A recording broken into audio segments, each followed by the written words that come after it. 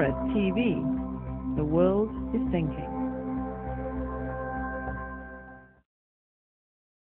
I would say that actually the way it turns out, profit-making insurance companies have a huge limitation for giving all the wrong incentives, as has been discussed even by economists like Paul Samuelson, Kenneth Arrow, with whom I had lunch today.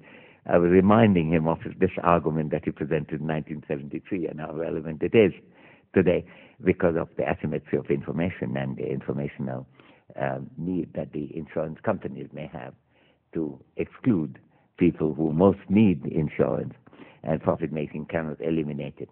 But we have to do it not on the basis, I think the person asking the question said, my inclination is that profit-making cannot be right. That, I think, is probably the right conclusion. But in order to arrive at that, you can't just base on the institution. People also had a similar idea that basic necessities of life must not be produced by profit-making but by the state. Well, that didn't prove to be a very robust thought. In fact, quite often profit-making companies make better use of it.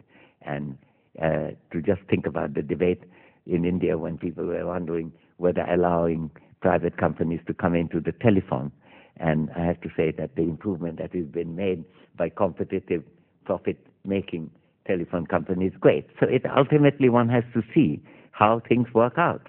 And that is the approach of Nair, and that's what I'm trying to pursue, and is very far away from the niti, either of the Hobbesian kind or the classic formulation is the Ferdinand I, Holy Roman Emperor, who said that we should pursue justice even if the world perish.